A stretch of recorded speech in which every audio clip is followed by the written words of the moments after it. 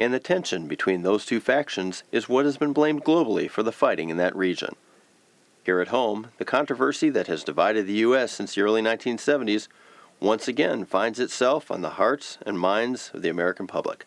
Leslie Kyle has that report. Thanks, Aaron. Tomorrow, the Senate will be voting on a bill which has been called the most monumental decision on abortion to come down the pike since Roe v. Wade. While votes such as these are usually decided by collective blocks from one party or another, this truly divided Senate finds itself at a virtual 50-50 split, with the apparent deciding vote and the weight of the country resting on the shoulders of Senator Margaret O'Connell.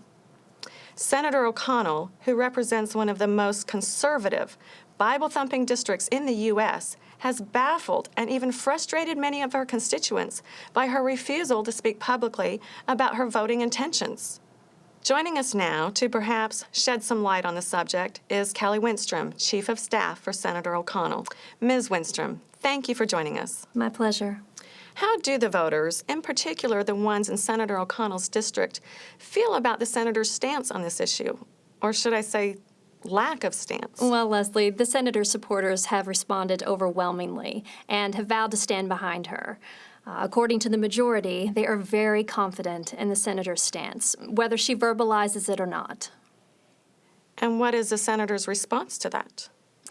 Well, as you know, the senator is determined to be as fully knowledgeable about all aspects of this bill. She feels that while it may appear to some of her critics as political posturing, it is in reality exactly what she was elected to do. With the vote being so close and Senator O'Connell literally controlling the pendulum, how do you explain her reluctance to reassure the public of her voting intentions, which most pundits say should be a no-brainer for her? She has always been very well informed on every bill at vote. This one is no different. So with the vote just one day away, the senator takes no stance, one way or another, on this abortion bill. Again, it is her job to be as well informed as possible. Well, it sounds like her constituents, as well as the rest of the country, are going to have to continue to play the waiting game for now. Thanks for joining us, Kelly. Thank you, Leslie. What about last night? Ms. Winstrom, over here. The senator has not been returning calls all day. Can you tell us if she's in the building? I don't know, I just got here myself. What about the rumor that she's holding out for leverage on being named head of the committee? That rumor is totally ridiculous and unfounded. Do you have anything to say about the statement made by the party chairman last night? I haven't even heard the statement. How in the world can I make a comment on it? Ms. Winstrom. Okay, look. We all know that the senator's being bombarded in every direction. We'll have something to announce later. Thank you so much for coming. Ms. Winstrom, Can you tell us one more thing? That'll be all the questions. Thank you for your time.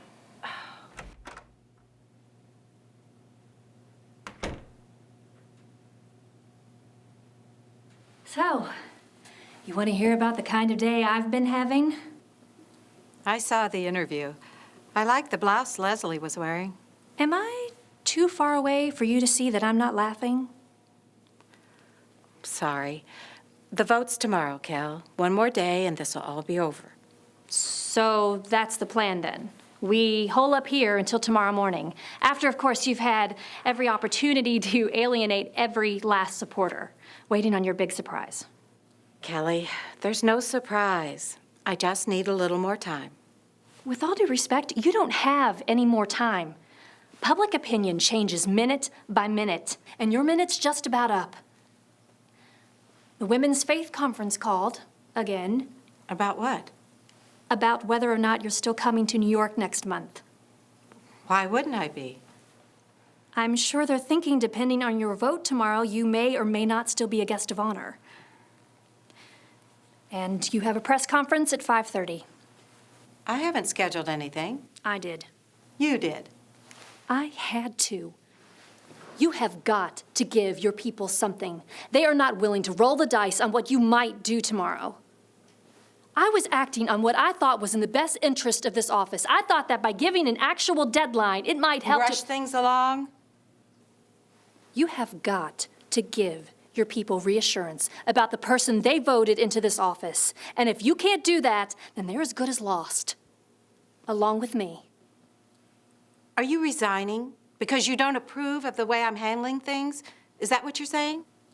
Okay, look, listen, I'm sorry. I didn't mean that.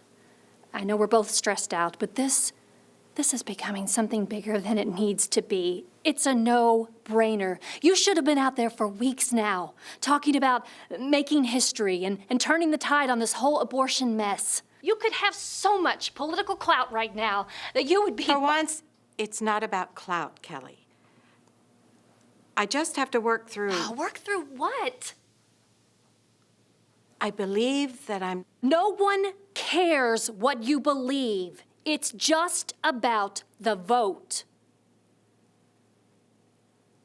I'm going for a walk. A walk? Where? We've got to... No, you've got to. I'm going for a walk.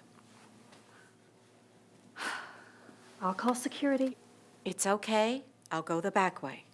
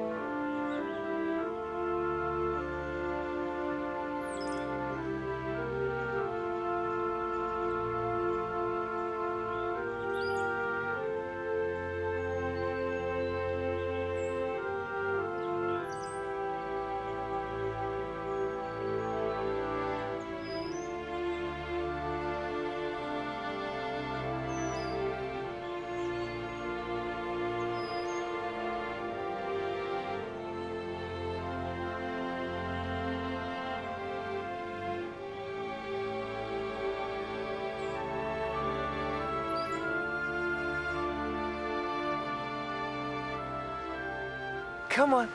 Come on. Yeah, come on, boy. Come on. Come on. Come on. Oh, yeah. Oh, you're a good boy, aren't you?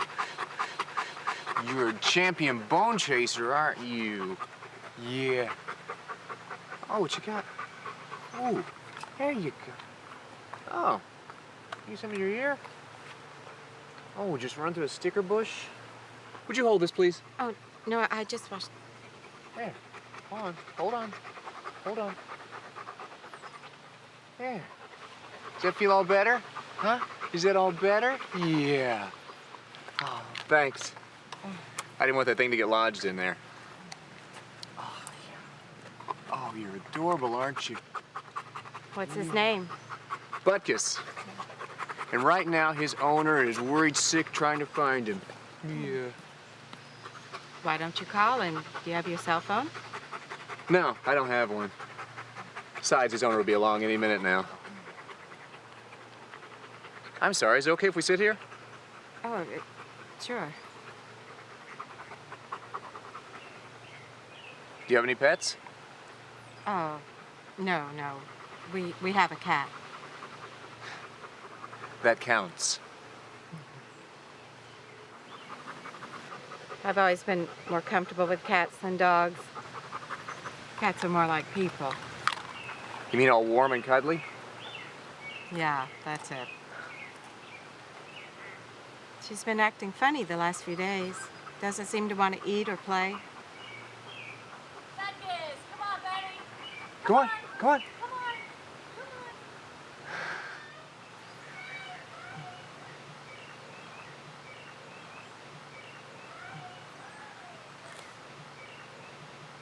You know, I'm pretty good with animals. If you want, I can take a look at your cat for you. Are you a vet? Not really. Just love animals. You don't look like you're here for exercise. No, I just needed some air. In a cemetery? Oh, it's close by, and I like the peace and quiet. Guess that's a little morbid. Maybe not. Coming here causes you to contemplate life and death. Some people, that's just what they need to get their perspective back. Yeah. Do you not watch television? Not much. Kind of touch and go. Newspapers? Internet? About the same.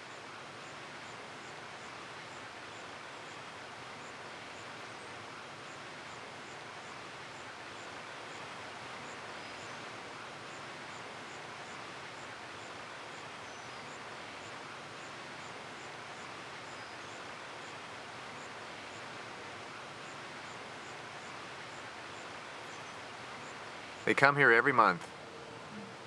You know them? Yeah. The grave belongs to Andrew Robinson. She died 5 years ago. That's her husband and her son. She was a special lady. Godly woman full of compassion and generosity. And she was a big influence on the lives of those two men, along with a lot of other people. Sounds like she had it all together. Not always. There were a few times the family came close to falling apart, but their faith sustained them. You go to church with her? Sorta. I'm in a lot of churches.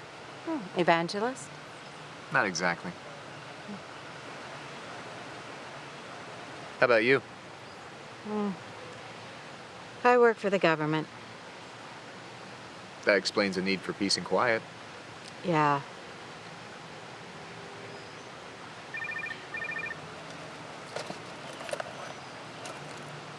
Oh, Kelly. Work?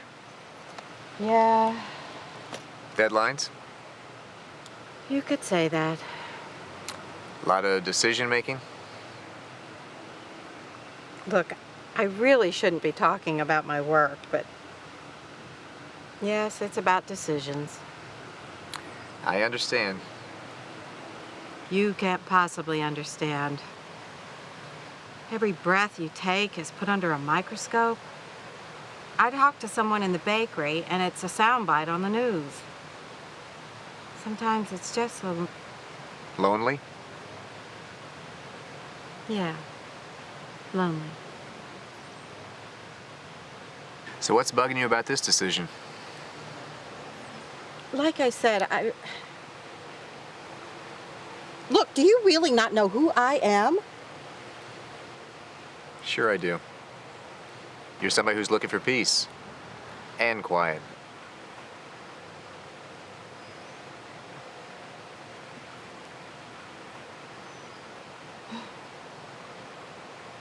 You know, I go to church, I pray, I love reading my Bible.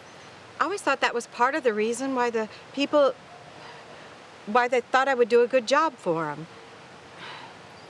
I've always tried to trust people.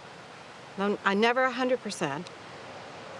So we're talking deep pain, hidden from everyone, keeping you from moving forward, right? What? Don't worry. It's not that uncommon. You don't know anything about me. You think God knows? Yes, I do. That's one of the things I struggle with. Ooh, this is ridiculous. I don't even know you, and I've got someplace to be this afternoon. I've got to go. You'd be ashamed to leave without the peace you came for, Maggie. Okay, nobody calls me that but my family. Now, just who are you? Obviously somebody who can read a keychain.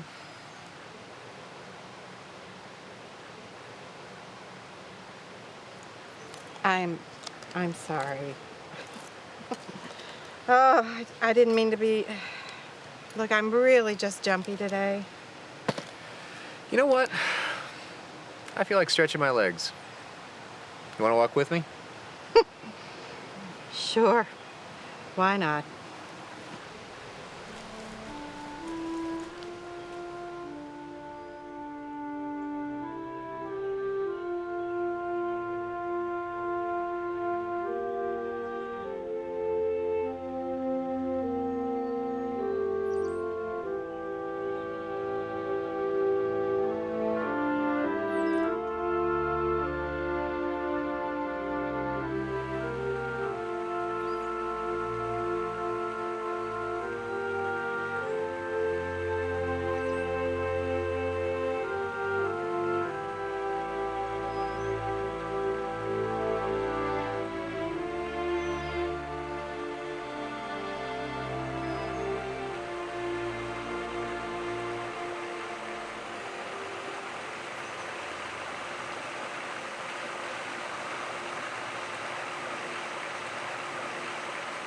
Would it help if I told you that I know what it feels like to feel lonely in the face of being criticized?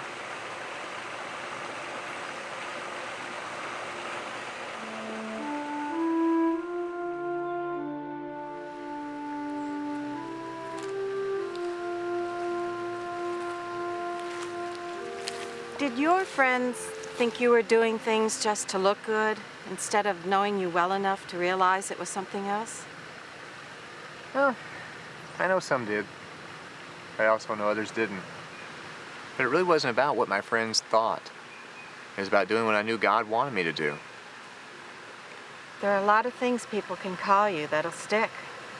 Hypocrite's the worst one. You think anyone is ever fully prepared for what life throws at them? Struggling isn't pretty. Sometimes it isn't meant to be.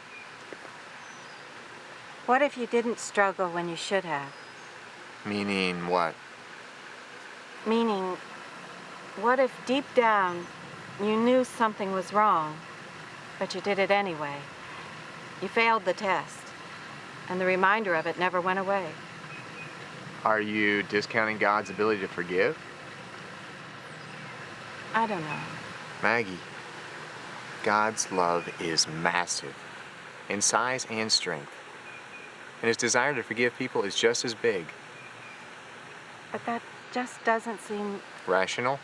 It isn't. God's love makes no sense at all to the world, especially when people try to define it in their terms. It goes against every instinct the world ever had.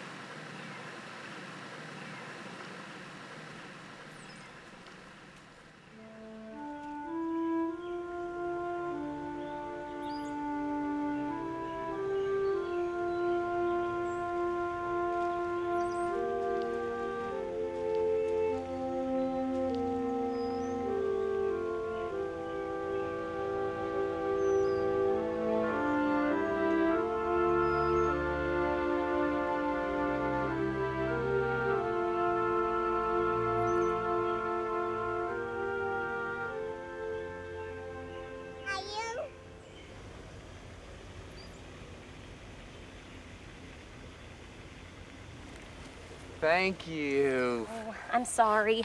She's usually pretty good about staying put. No problem. Come on, sweetie. Let's leave these nice people alone. I'm sorry. Bye-bye, scissors. Bye, Elizabeth.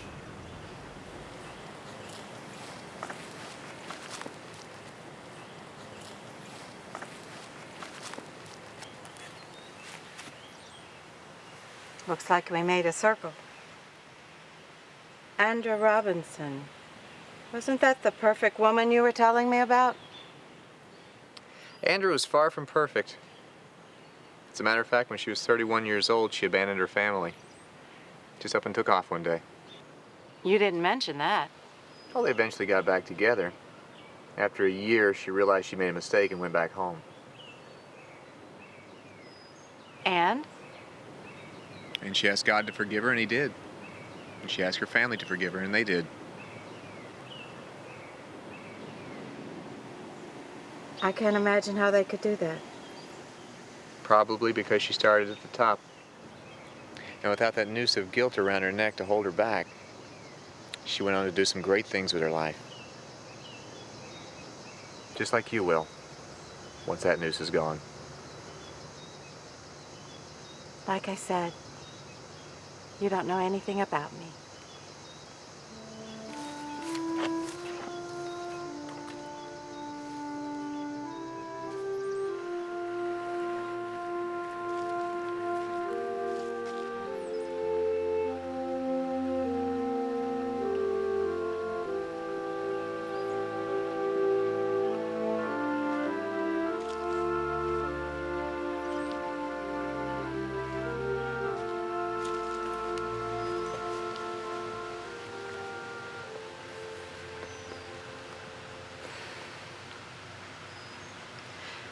Tomorrow morning, I'll be casting the deciding vote on a bill that will eventually bring abortion to an end in this country.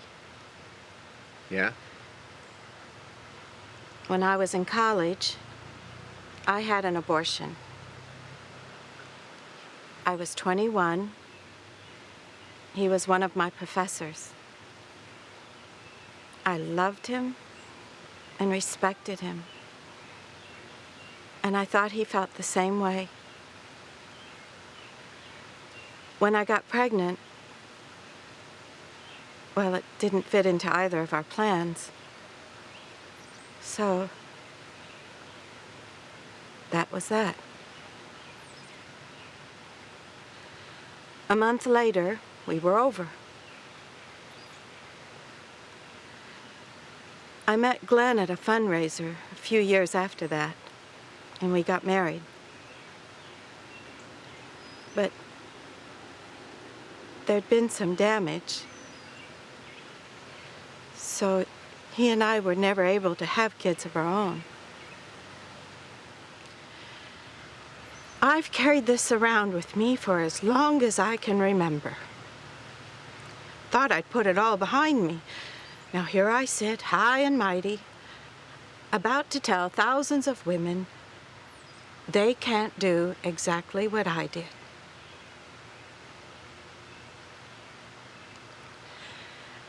What kind of person am I?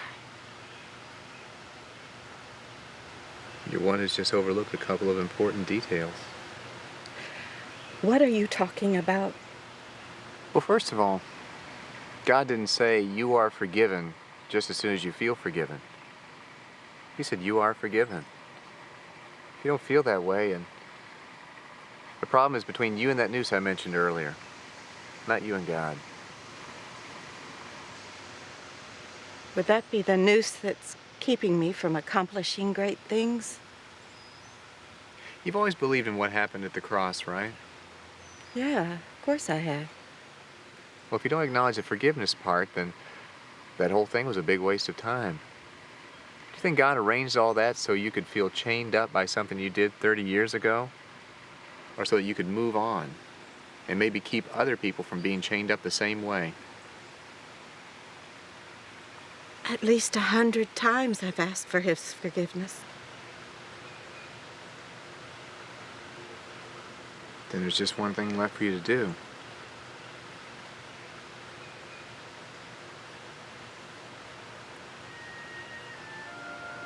Accept it.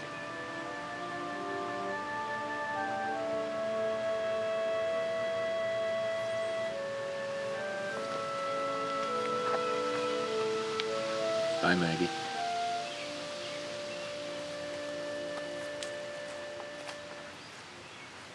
Bye, Jesus.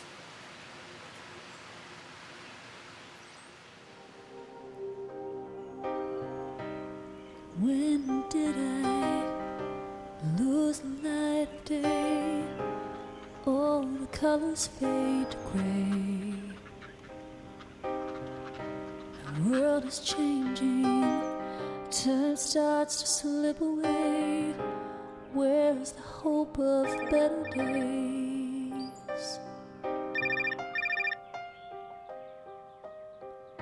The heart, it fails me, and cold is in the air, never more alone than now.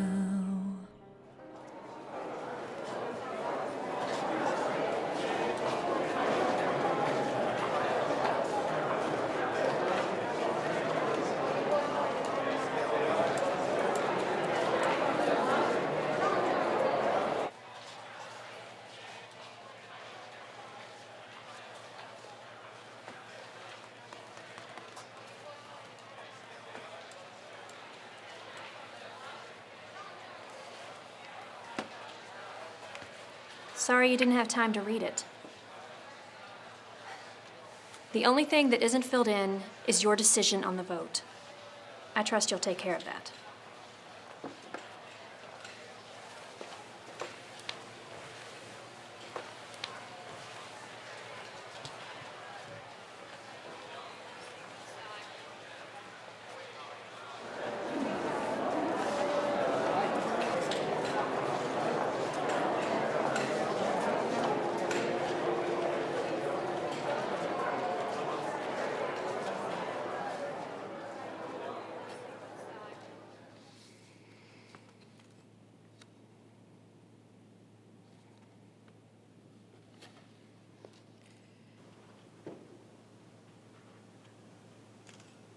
I want to thank you all for being here today.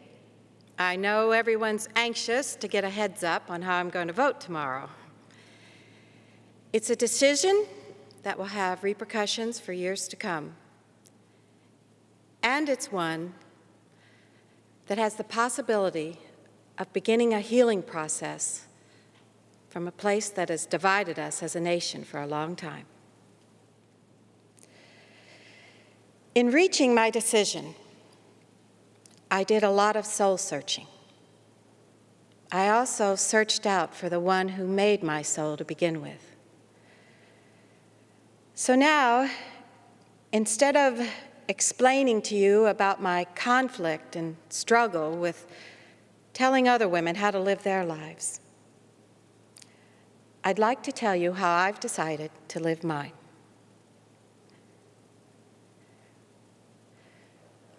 About 30 years ago, I had an abortion. I was young, I wasn't married, and I certainly wasn't walking with God. I was going my own way, down my own path. And for years after, I lived with fear and guilt and shame for what I'd done. It wasn't until I accepted the gift of His forgiveness that I was able to lay that horrible time of my life at His feet. And from that moment,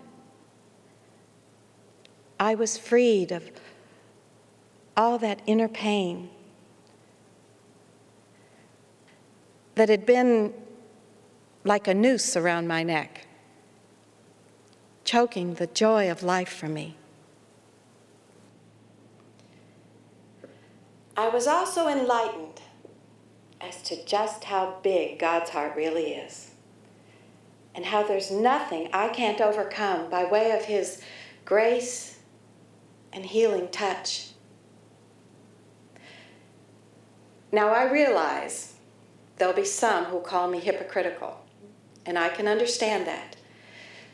But I'd like to think of myself as being restored and given a second chance to rectify a mistake I made by now doing all I can to keep other women from being led down the same path I followed. This wonderful country of ours was founded on faith in a loving and understanding Father. And I believe that only through a reemergence of that faith will our land truly begin to heal. So it is my wish and my hope that tomorrow's vote will be the first step in reestablishing this country as our founding fathers meant it to be. For so long, we have taken too many leniencies.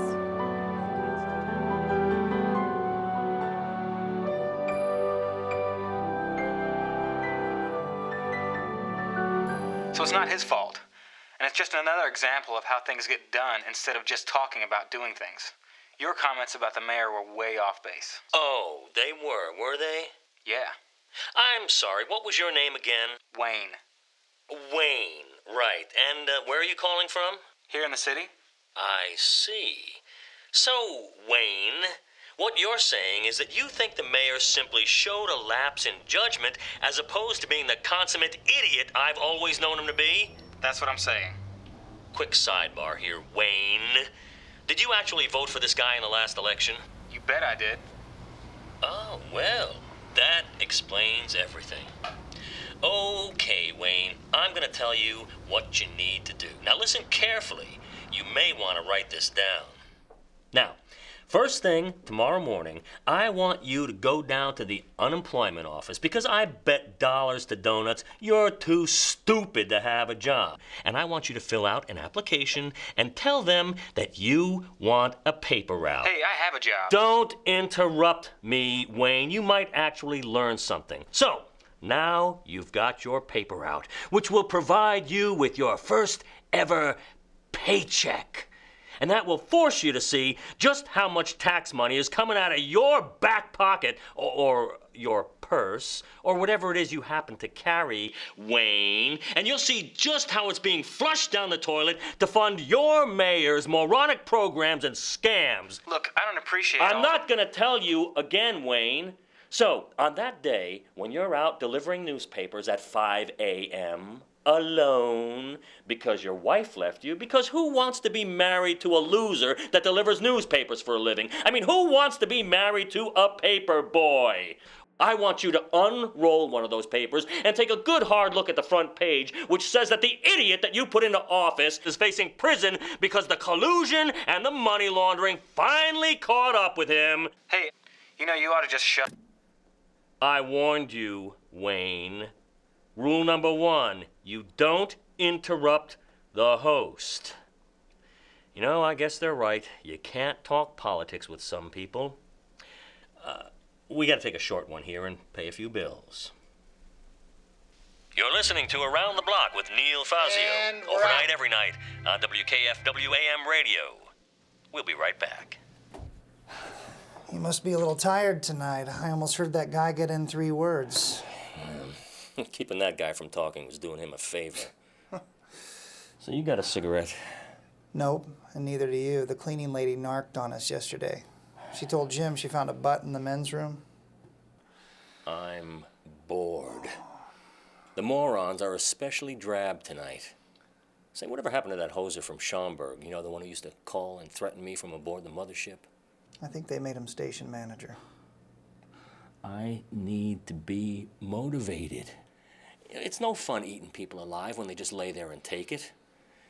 What I wouldn't give for just one worthy opponent. At least one per show.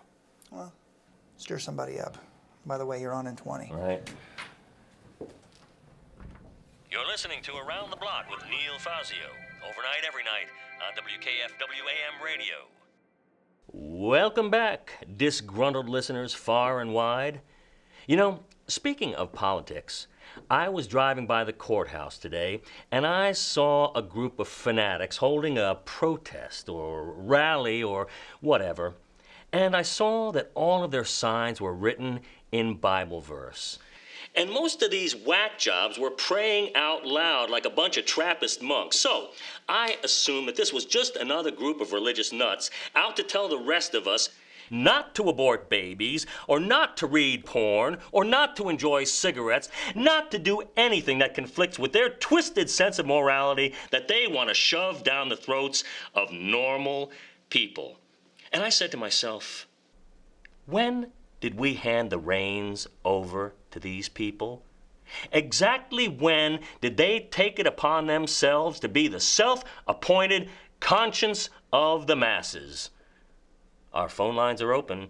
I'm very, very interested in getting your thoughts on this. Back in a moment. You're listening to Around the Block with Neil Fazio.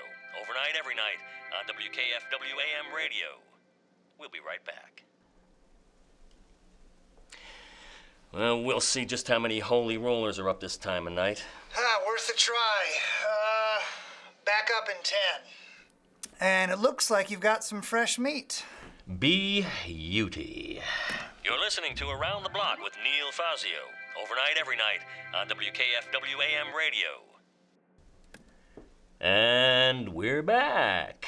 Vince, who's our first caller? Kelly from Morton Grove. Kelly from Morton Grove. You're up on the Neil Fazio program. What's on your mind? Kelly. Oh, Kelly, are you there? Sorry, I'm a little nervous. No need to be nervous. Just go ahead. What's on your mind? Why are you so mean to everyone? Mean? I don't know what you're talking about. I'm just a harmless little hush puppy. No, you're not. You're abusive and you act like you know everything. Well, Kelly, have you ever stopped to consider the fact that maybe I do know everything? Like that thing you said about those people at the courthouse. Did you have to be so insulting about it? Hello? It's called entertainment, sweetheart. Now, the way that I describe people and situations is just the way that I conduct business. I'll pray for you. Would you mind repeating that? I said I'll pray for you. I'll pray that God softens your heart. Well, Kelly from Morton Grove, I appreciate the kind sentiments. Thanks, but no thanks. A softer heart? Just not gonna work for me. But real quick, would you mind telling me... Gone. She hung up. I guess she wanted to get a head start on that praying thing. God's probably got to get up for work pretty soon. Hey, you know, Vince, maybe we ought to launch that for a new promotional campaign, Come say a prayer for old Neil Foss. Monday we could pray for a raise. Tuesday we could pray for a Mustang convertible. Wednesday, well, you get the idea.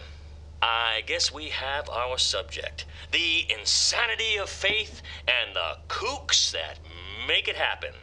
Now, I don't care if you believe in divine intervention, worship trees, or if you think that your parakeet bears an eerie resemblance to the Virgin Mary. Give me a call. I want to hear from you. So help me God.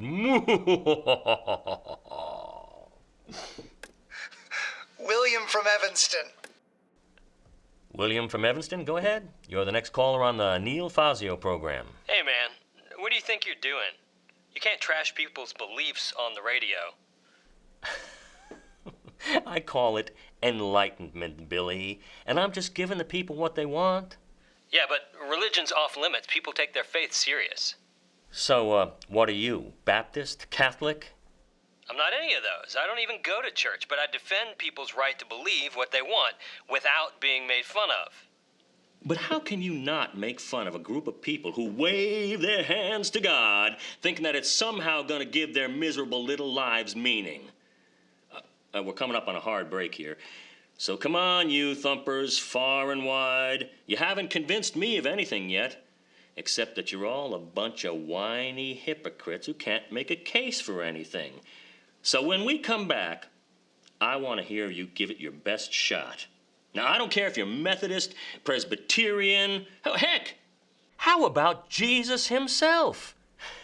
If you're listening, JC, and your people say you are, I want to hear from you. I'll put you at the top of the line. Right back in a moment. You're listening to Around the Block with Neil Fazio, overnight every night on WKFW AM radio. We'll be right back. And we're out.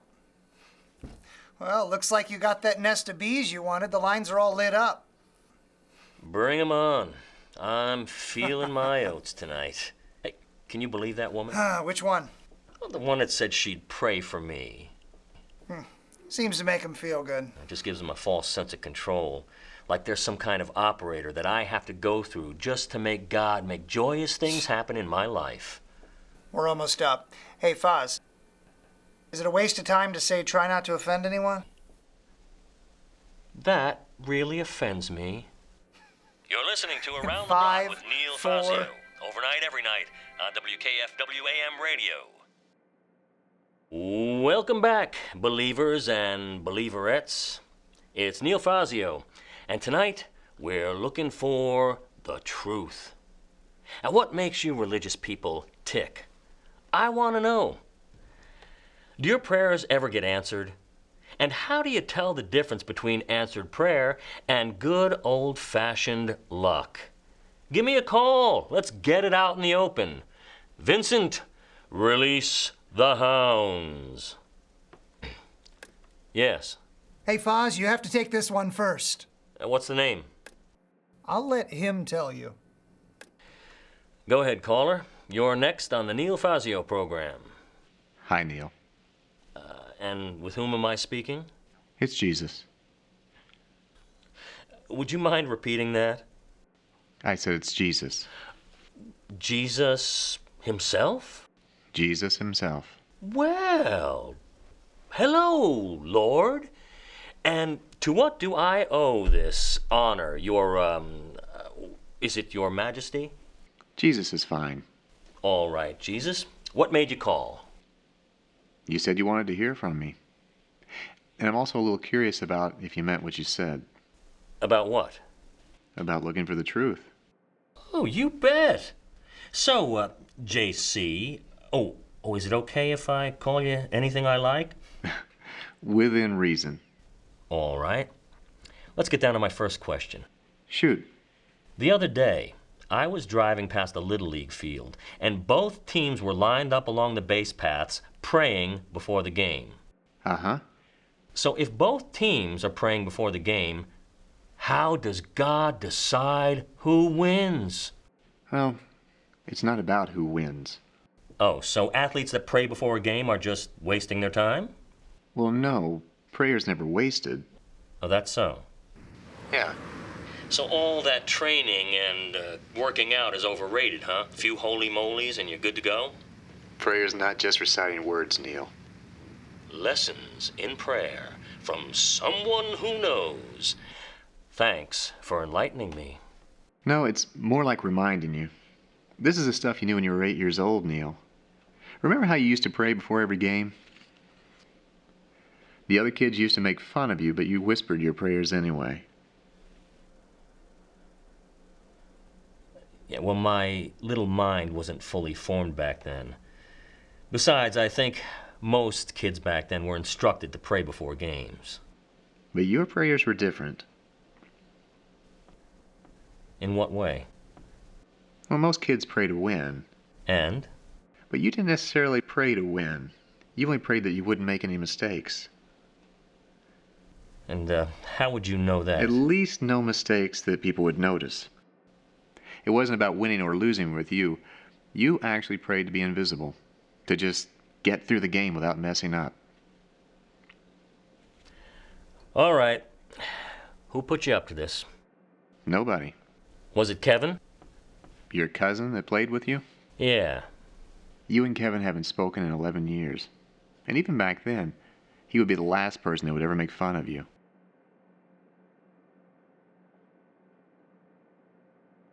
If you're joining us late, we have on the line with us the Son of God, or the Amazing Kresgen, or some serious stalker, I'm not sure which, but I'm willing to give him the benefit of the doubt. Tell me, Jesus, where have you been keeping yourself for the last, 2,000 years or so? I've been right here. So, were you with that group of protesters that were outside the courthouse today? Well, they weren't protesting anything. They were praying over a decision that was being made inside the building. But to answer your question, yes, I was with them. I see. I'm beginning to get a bead. At the same time, I was also with you as you drove by. Oh, so, you think you know all about me, huh? Uh-huh. So, what color shirt am I wearing? That's a parlor trick, Neil. I called to answer your questions. What questions? I believe your topic was on faith. Right. So, look, Jesus, we got to do a short commercial break, but would you mind hanging on? We'd love to continue on the other side, if you'll pardon the pun. I'll stay as long as you want me to. Groovy. We'll be right back. Hey, Vinny, patch me through on this guy. He's on. Hello? Hi, Neil. All right, who are you? My ex put you up to this? No. Then who are you? I'm who I said I was. Now, listen. You're a fruitcake is what you are, pal. Now, I don't know who you've been talking to, but why don't you just... Wait, hold on a second. Yeah, what is it? No, don't cut this guy off. Every line is lit up now. This is great stuff. You still there? Yeah. Look, I don't know who you've been talking to or what you're up to, but my producer wants to keep you on a little longer. But you listen to me. You stay on topic or you're off. You got it? Loud and clear. And I'm still going to find out who you are. It's over, Neil. And what is? Your commercial. Yes, we're back. Talking with, now, brace yourselves, Jesus of Nazareth. And people say I don't get the hot guests. So, Jesus, Yes? what good did it do for those kooks, your followers, to stand outside the actual courthouse where a decision was being made? Did they have to be on location for God to hear their prayers? No, of course not. Well, then why didn't they hold their little vigil at a church? Isn't that what it's for?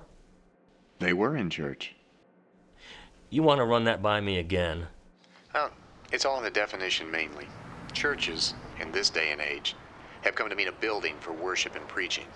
And, don't forget for passing the plate. Right. But in actuality, the word church is taken from a Greek word that means the people of God, or collective body of believers. The point being? The point being, you don't actually go to church, you go to be with church. Fascinating. So, if those people don't get their wish, was it all a big waste of time? It's not a matter of filling a wish. God's not Santa Claus. Then, why pray? Well, look at it this way. It's the method of communication that God set up for people.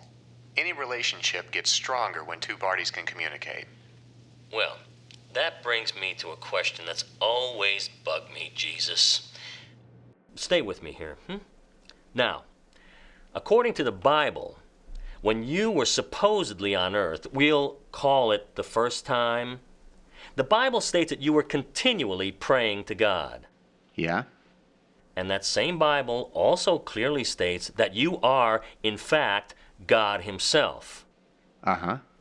Well, call me crazy, but isn't it technically impossible to pray to yourself? Nothing is impossible. Oh, yeah. Nothing is impossible with God, yada, yada, yada, so forth and so on. Just answer the question. I'll give you the answer, but there's no way you can fully understand it. Try me. The question is, if Jesus was God, then why did He pray? You know, the same question could be asked for why I slept and why I ate, why I cried, felt pain. Are you stalling? No, not at all. When I walked the earth, I was fully God, but I was also fully man. One of the main reasons I came was to teach mankind how to live a godly life. So the best way to do that was to become one of them and provide a righteous model for them to emulate. Which means what? It means that I sought the Father's will and I depended on Him. And I prayed to Him, just like He expects everyone to do. With all due respect, existing as two different people at the same time doesn't make sense to me. With all due respect, it's not intended to make sense to you. Moving on. You want to take a stab at the fact that Christianity, your home court advantage, is arrogant and intolerant in its claim to be the one true faith? What bothers you most about that statement? If I had to pick something, I'd say it's the way that evangelicals try to make people think that they've got the morality market cornered. So, you want to discuss other religions and morality? Why not? Let's fire it up. You dabbled with Eastern religions back in your college days, right? What, did you read that in some old station bio or something? Well, is it true? Yeah, it's true. What about it? Well, what's the ultimate source of morality in Hinduism? Does their ultimate source establish right and wrong? No, the source is amoral. In Hinduism, the ultimate force is neither right nor wrong. It simply is. So, what's the basis for morality if the source of all things is non-moral? What decides what's right or wrong? My understanding is that people do. But people are an extension of the source, right? Yeah? But you just said the source is amoral. So how could people be left to decide? What do you remember about Buddhism? Enough. Enough? Is that your answer? All right, smart guy. In Buddhism, the ultimate reality is an abstract void called nirvana. You enter nirvana by traveling an eightfold path. Go on. You enter nirvana by traveling an eightfold path and stamping out all attachment and desire in yourself. Once that's eliminated, all of your suffering ends. Your turn. Well, let me ask you something. Would you agree that the majority of human accomplishments, like inventions and discoveries, heroism, for example, would you agree that all these are achieved by someone having passion? I guess. Not to mention the fact that humans have millions of sensory nerve cells in the skin, all designed to provide pleasure. What are you getting at, Messiah? The fact that that part of Buddhism just doesn't make sense. Which part? The part that says that this impersonal universe made very personal human beings that all have great desires and the ability to feel pleasure. Point B. But the goal in life is to ultimately get rid of all desire? Well, I guess that part doesn't make sense. Tell me this. Do you think that maybe the suffering in India was so great that Buddha tried to come up with a belief system that was based entirely on alleviating suffering? Who knows? Well, Jesus, it's been great having you on. We'll see you for cake and ice cream at Christmas time. You're listening to Around the Block with Neil Fazio. Overnight, every night on WKFW AM radio. We'll be right back. What do you think you're doing? That clown had enough material to finish out the show. And the show is my show, you got that? We talk about current events and subjects that I choose, not the other way around. What? That guy get to you? You think he ate your lunch on those questions? Just gave me the creeps. That's all, that Little League thing and all that other stuff. Hey, give me a cigarette, will you? Still can't do it. You're up in about 10.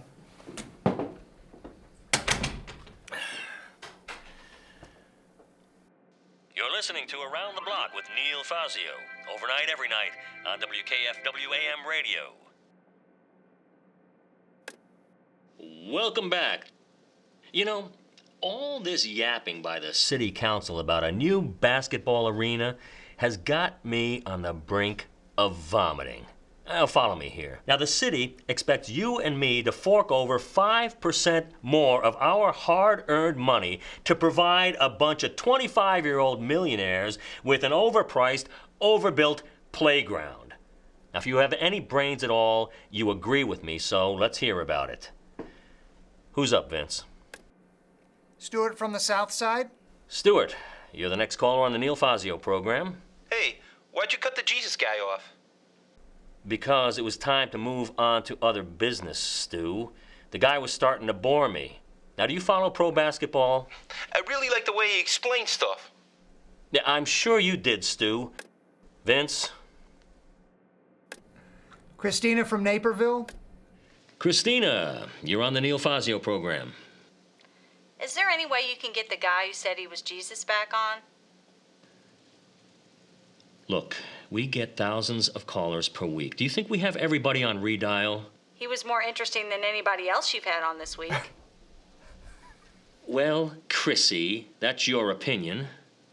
Well, can you have him back on again? Look, Chrissy, everything here is supply and demand. We take callers in the order that they come in. If the guy calls back, I'll put him on, okay? Now, do you have a comment about the arena? No, that was it. Bye. Vincent, who's next? It's that guy, Foz. What guy? The Jesus guy. We got anybody else? Nobody.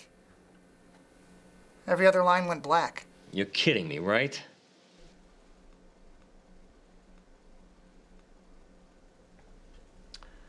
We have a little surprise for some of you.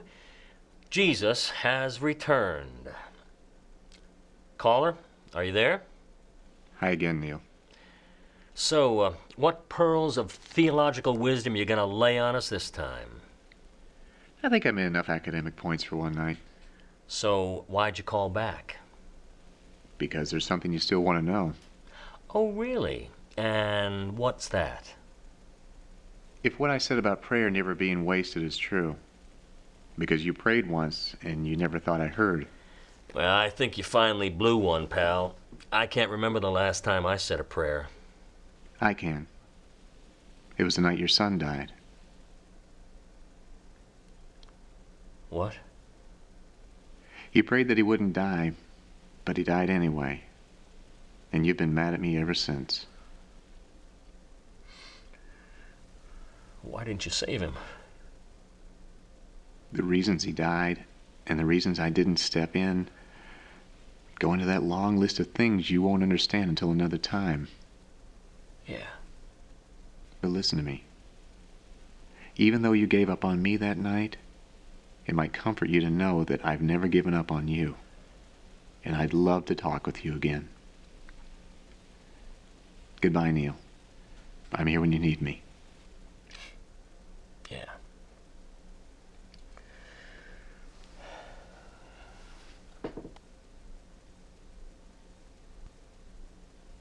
You've been listening to Around the Block with Neil Fazio, overnight every night on WKFW AM radio.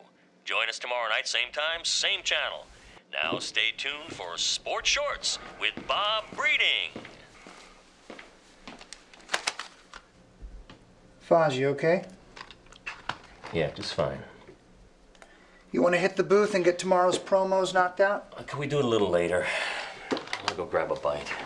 Just don't leave me hanging. I won't. So who'd you think that nut was, anyway? Maybe he was who he said he was.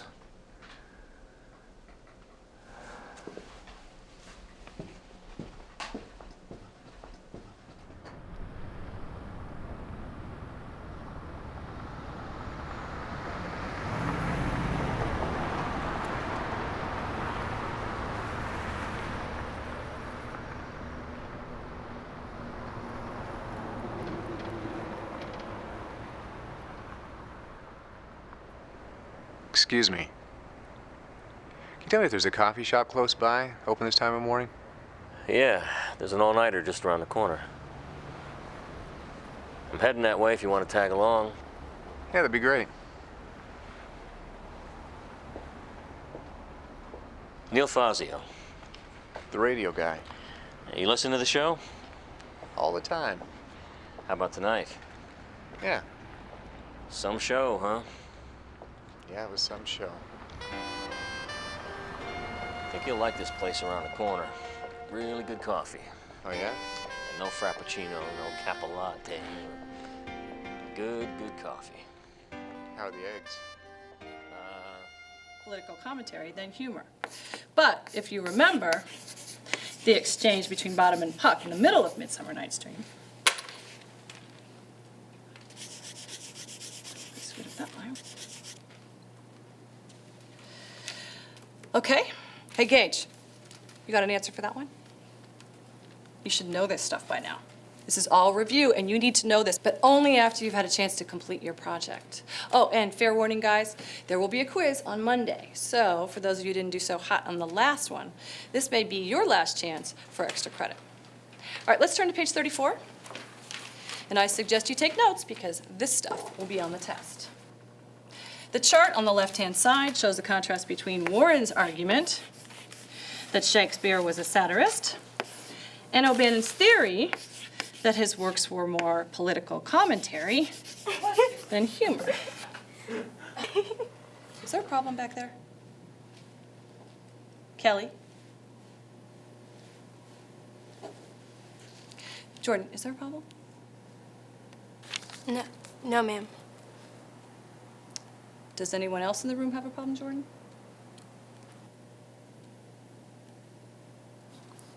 No, ma'am.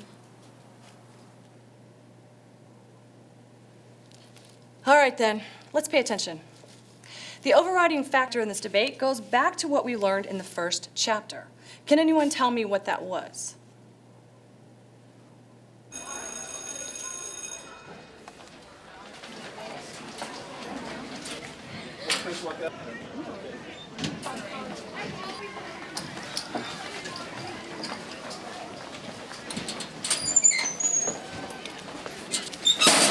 Hey, Virgin. What's up? Stop calling me that. Oh, I'm sorry. How about, Little Angel? Hey, Jordan, are you going to Kenneth's party tonight? Kelly, little Angel doesn't go to parties. Little Angel might see somebody take a drink or smoke a cigarette. What? Real cigarettes? Oh my Don't God. say it. Virgin ears. And virgin eyes, and virgin hair, and virgin shoes. Besides, she can't go to a party. It's Friday night. She probably has Bible study with her youth group. Well, she can bring him along. I'll do a sermon about parties. Thou shalt not drink beer. Thou shalt not touch girls. Okay, real funny. Can you please move? What's your hurry? I've got to catch a bus. Hey, that's cool. We'll walk with you.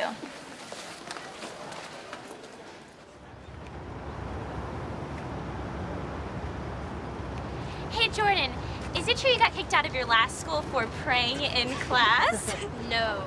Is it true you don't date because you only like girls? Ooh, I better watch out. Come on, guys, just lay off. What are you gonna do, Jordan? Come on, You gonna throw your Jordan. Bible at us? Come on.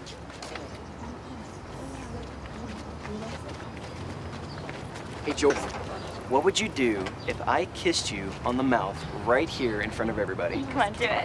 Do it. Come on, go ahead. Look, this is my uncle, and he works undercover for the FBI, and if you don't get out of here, you're gonna be in big trouble.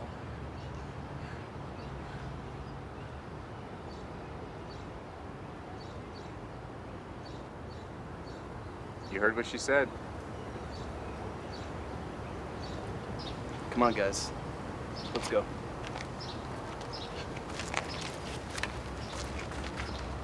Freak.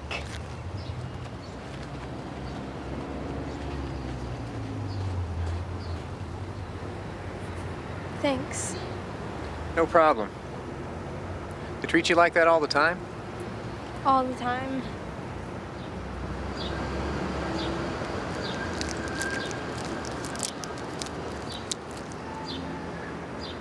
Do you want a bite?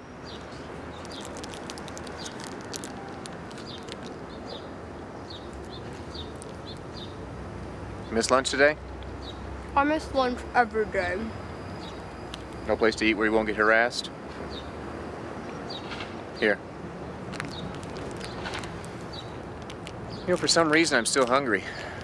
There's a diner on the corner. You want to go grab a bite? I'm not supposed to be alone with strangers. It's full of people. Yeah. Or do you not want to spoil your dinner? Mom doesn't get home till 8, so dinner's not till 8:30. Let's go. Wait a minute. I don't have any money. Don't worry about it.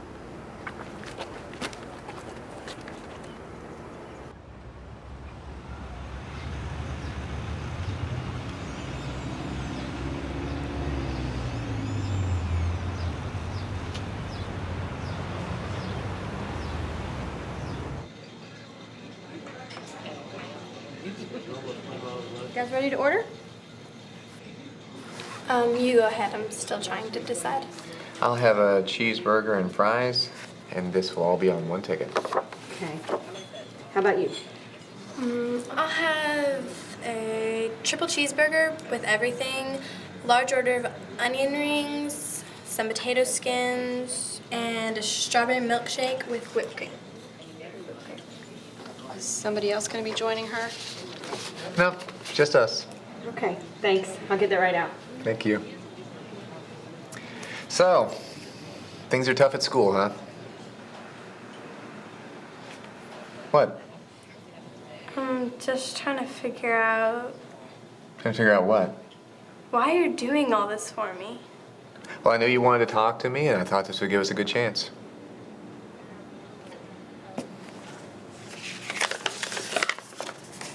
Dear Jesus, I am really, really scared. Please come talk to me. Love, Jordan. I wrote that in my diary when I was like 9. The night your mom and dad split up.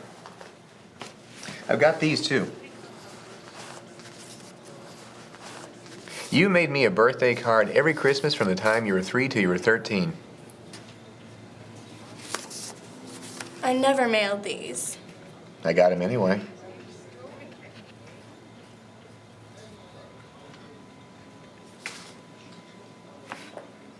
Is it really you? Yes. What took you so long? I'm dying here. Well, I never really thought you needed to talk. Just needed to be held. But today was different. What happened today? Today was the first day I thought you might actually be ashamed of me. Well, not exactly ashamed, more just like tired of getting made fun of all the time for... Because of the way you look at things differently and the way you choose to live your life? Yeah, I can relate. you can relate to me. Remember when I said the world hated me first? Yeah, but I didn't think you were talking about high school. Oh, it applies to high school. Later on, college, someday when you have a job, neighbors. The world's always going to be there. So it's not gonna get any better? Probably not that part. Not as long as you choose me over the world. Great. But I think you're tough enough to handle it. It just won't be easy sometimes. Okay, here you go. Oh, that's right. Okay, can I get you guys anything else? I think we're fine, thanks. Okay.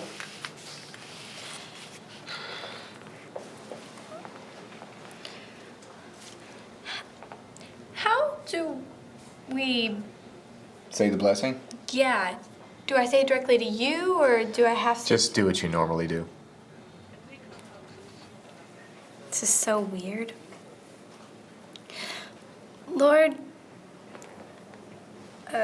thank you for this food, and I really mean that.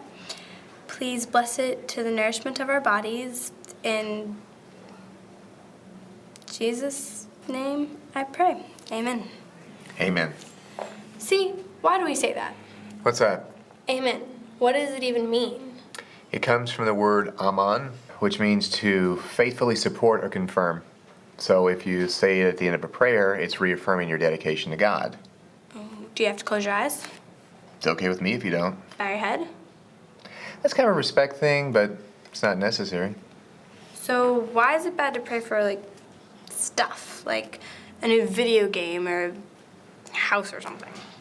Well, it's not necessarily bad. It's just that God doesn't want to be reduced to being a magical genie in a bottle. What do you mean?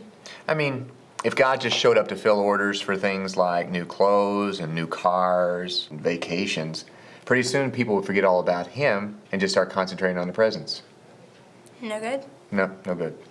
It's not the way He wants to have a relationship with His family. Find joy in the blesser, not the blessings. Did you make that up? Bumper sticker. I did decide something earlier. What's that? I decided I wasn't going to keep my Bible in my locker anymore. Back to the harassment thing? So what's next? What do you mean? I mean, what's the next part of our relationship you're willing to part with so people won't make fun of you? Well, The prayers? The rules about parties? The way you dress? the Bible stays. Is that your decision or mine? Both. Good. Are Bible questions okay? Shoot. If God wrote the Bible, then why do people get the credit?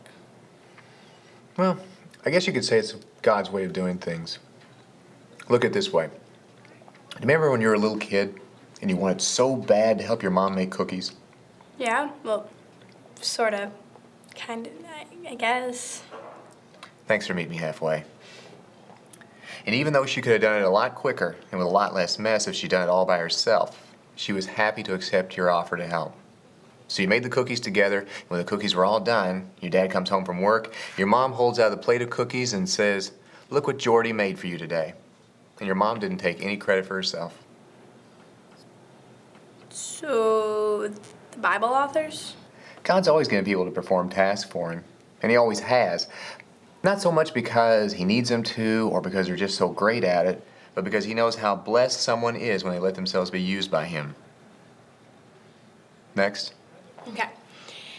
I saw this TV show on cable the other night, and it was all about how there's all these mistakes in the Bible and how it couldn't trust it to be accurate. Do you want the long explanation or the short one? How about medium? Okay. First, technical. It was written down many, many years ago by many, many authors, thousands of years ago, in 2 languages that aren't even spoken today. Is that an excuse? No, not at all. In fact, if it was any other book, then the world would celebrate it as one of the most well-preserved, most factually relevant books in history. And any mismatch in details would just be written off as a typo. Okay, next. Second, the world you live in, which includes the producers of the show you watched, has an ever-changing way that they view history. What do you mean? Well, for example, one of the points that show made was that there was no evidence to support that crucifixion was used to punish criminals during my time. Right. But, right after the show aired, some archaeologists uncovered a pair of heel bones that had been nailed together. They did tests on the bones. They found out that they dated back to the time when I was on Earth. So the Bible was vindicated, and the critics were off to disprove their next point. That it? Do you want one more? Sure. Sometimes, error is in the eye of the beholder. Like Luke wrote that I was born in a stable, but Matthew wrote that the wise men visited my mother at her house. And some people see that as a contradiction. Ooh, let me get this one. Go ahead. Okay, but there's nothing that says they both happened at the same time. Like, the wise men could have visited you a little while after you're born, after your parents moved into a house, right? Right. But you know what? None of that stuff is the most important thing. Then what's the most important thing? The thing is that no other book has been more vital to saving lives, or changing the world. Telling the truth? Or telling the truth, or helping people through tough times. So when you think about it, spending so much time and energy trying to disprove which side of the ark the elephant slept on just doesn't make much sense. Yeah, you're right. Are you gonna finish your fries?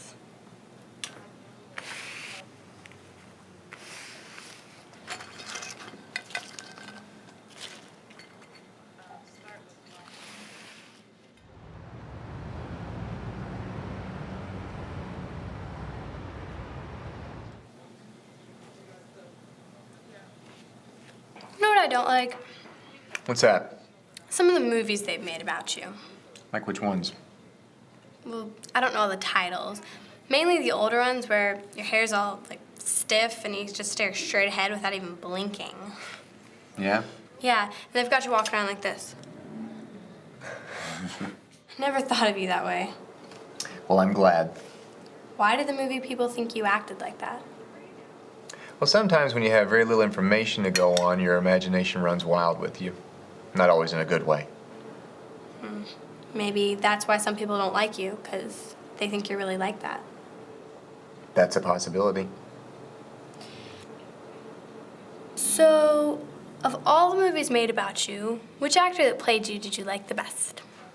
Do I have to pick one? No, I guess not.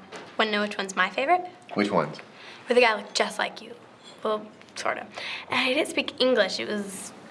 That movie was in Latin and Aramaic. Yeah. Mom wasn't going to let me watch it, but I talked her into it.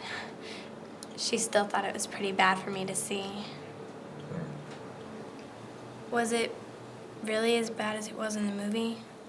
The crucifixion? Worse. Gosh. I'm sorry. But you know what? If I had to, I'd do it all over again for you.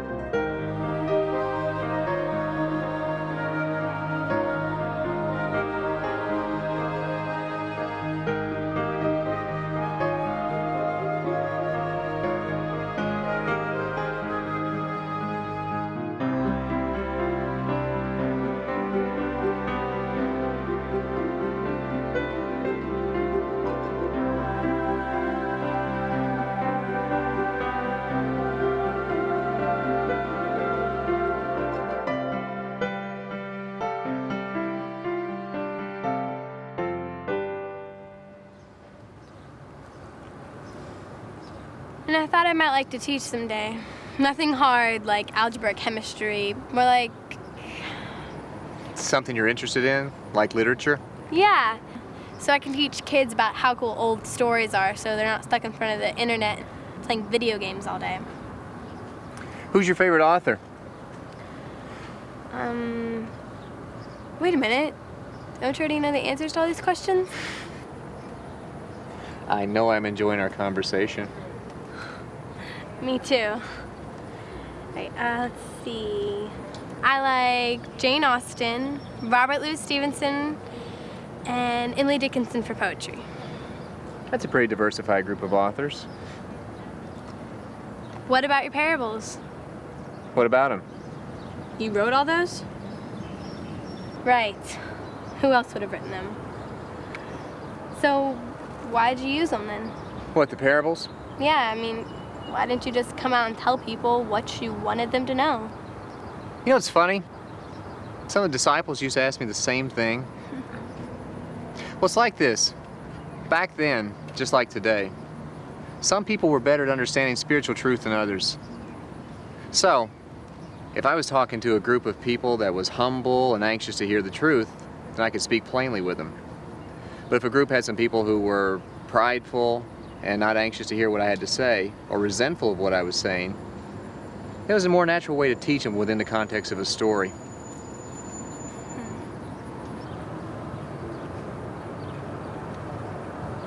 Are you allowed to tell me about heaven? As in, is your grandmother there? No, that's not what I meant. She is, though, isn't she? Yeah. What I meant was, can you tell me what it's like?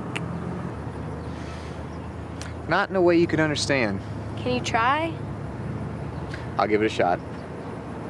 Okay. I want you to close your eyes and name for me your 3 favorite places in the whole wide world. The beach, Disney World, and Ireland. You been to Ireland? No, just read about it and seen some pictures. Good enough. Now, name your 3 favorite sounds.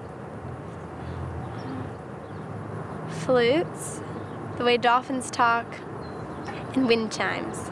All right. Favorite smells? Smells? Yeah. Okay, fresh roses, puppy breath, and Mom's chocolate chip muffins right out of the oven. Good.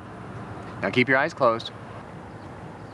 I want you to imagine a universe where nothing else exists except for these favorite things. Yeah? Heaven is 1,000,000 times better.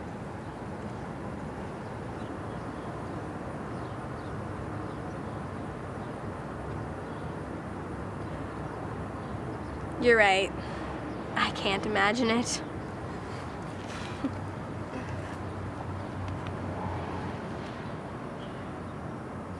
Sorry about being ashamed of you today. It's all right.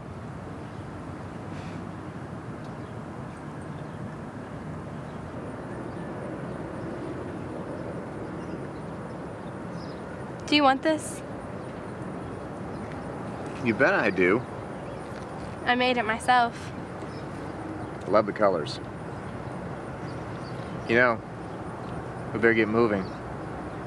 Your mom's gonna be calling to see if you're home yet. Can we stay just a little bit longer? This is my other favorite place. Sure.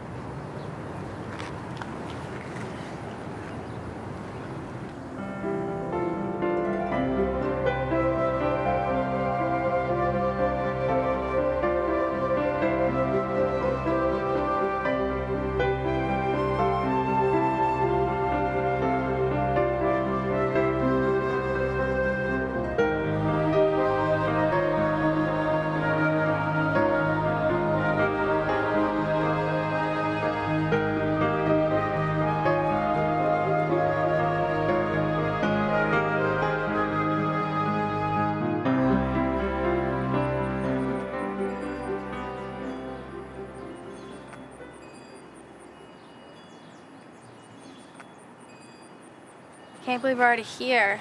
Time just flew by. Always seems that way, doesn't it? So, you're probably not gonna come back and do this with me again, are you? We'll see. I know what that means. Then you should also know that I'm never really leaving you. That a metaphor? If you want to take it that way.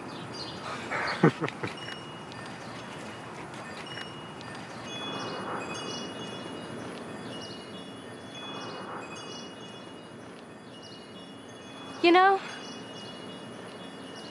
Yeah? back when I used to get scared when I was little, there's something I always used to imagine myself doing. You don't think you're too big now? I'll never be too big for you. You